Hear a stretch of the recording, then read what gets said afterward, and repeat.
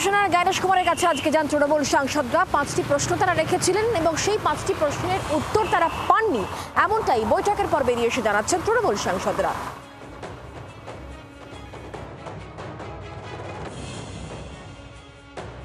যে 5টা প্রশ্ন আমাদের দল থেকে করা হয়েছিল, অভিষেক বন্দ্যোপাধ্যায়, মমতা বন্দ্যোপাধ্যায় করেছিল, তার কোনো উত্তর ছিল না। আমরা অনেক বড় গল্প শুনেছি, অনেক বড় গল্প শুনে এসেছি, যেগুলোর সঙ্গে উত্তরের কোনো মিল নেই।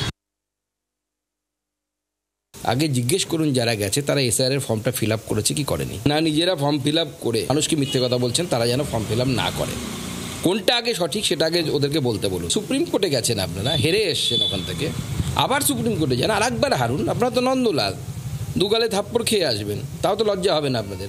যতবার ইচ্ছে যান, আমরা তো বলছি 1 বছর ধরে এসআইআর করুক, কোনো অসুবিধা নেই, রাষ্ট্রপতি নির্বাচন লাগিয়ে করুক, রাষ্ট্রপতি শাসন করে করুক, কোনো অসুবিধা নেই, আমাদের আপত্তি নেই।